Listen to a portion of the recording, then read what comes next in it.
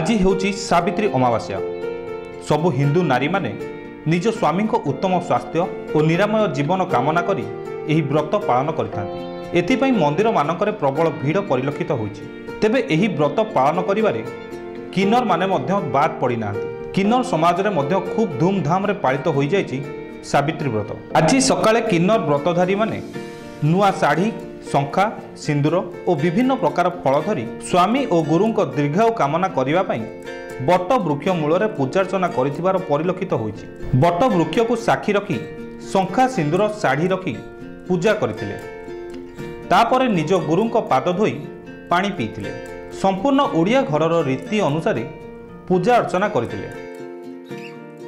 से ही परमेश्वर तांको पूजन करके आज रे पूजा हुए। व्रत तांको दऊ, समस्ते नुआ वस्त्र करू, समस्ते नुआ चूड़ी परिधान करती एवं बहुत खुशी रीति रिवाज रे पूजाटी होता है। आज रे जो पूजार आशीर्वाद सेटा समस्त विश्व को कल्याण करे बोली हमर विश्वास रही। नॉर्मली ओडिया घरे जेमती सावित्री व्रत समस्ते सेलिब्रेट करती तो आमे भी सेमती, आमे भी किछि डिफरेंस नुहे तो आमे भी सेमती।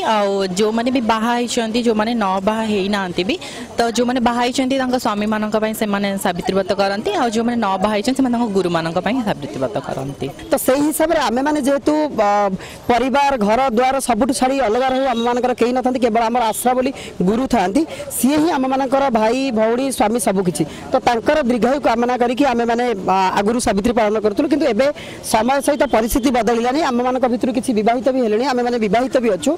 तेणु प्रभु गुरु को पूजा करबा सहित आमे माने आम मानक स्वामी को भी पूजा करूछु।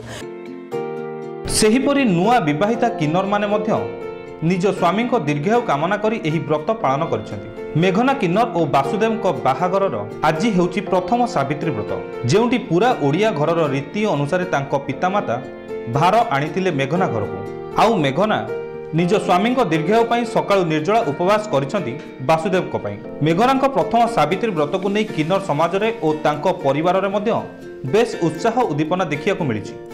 आज भगवान प्रार्थना करमती माने मु बंची माने माने मो स्वामी बंची भितर मुझे प्राण चली जाऊ, से मो कामना रखुच्छी। मो सधवा विषय सब रही है, से ही कामना रखुच्छी आज भगवान पाखे। मोर भी यहाँ कह प्रथम सावित्री से कर मुझे जानी सावित्री केमती कौन हुए बोली, किंतु सावित्री जो करुँच उपास रही सकाल सकाल भी आज से किसी कहना पूरा खुशी खुशी रही मत देखिए खुशी लगे। निश्चय बहुत खुशी लगे, कारण मो जीवन में मु प्रथम थर गोटे बह जो करी ये बह ओडिशा रे इतिहास सृष्टि करथिला। से झी आज जो सावित्री व्रत पालन करछि, तेणु से आम बापा माँ सांग होगी आसलु तार सावित्री व्रत पालन करने। आज बहुत खुशी अच्छु। मु तो भगवान पाखे सबु बेले ठाकुर को डाके, से दी जन जाक सब मन मिले एकाठी रुहतु। आउ सबु बेले मेघनार मुंडे सेमती सिंदूर झलकी थाउ, और सब से सावित्री व्रत करी स्वामी दीर्घायु कामना कर बहुत भल दी जन जाक। किंवदंती अनुसार सत्यवान अल्पायु थिले भी मृत्यु को जय करथिले। एहा संभव होइतिला तांको स्त्री सावित्री पई। तेणु प्रत्येक स्वामी को दीर्घायु कामना करी स्त्री पालन करिताए एही सावित्री व्रत। परिवेश और परिस्थिति सह ताल देई सावित्री व्रतर परंपरा जदिओ एपरि बदलिछि, किंतु प्रत्येक नारी एहाकु निष्ठार सह पालन करितांती। भुवनेश्वर कैमरा पर्सन अमूल्यक सह Ajay Kumar report, metro TV.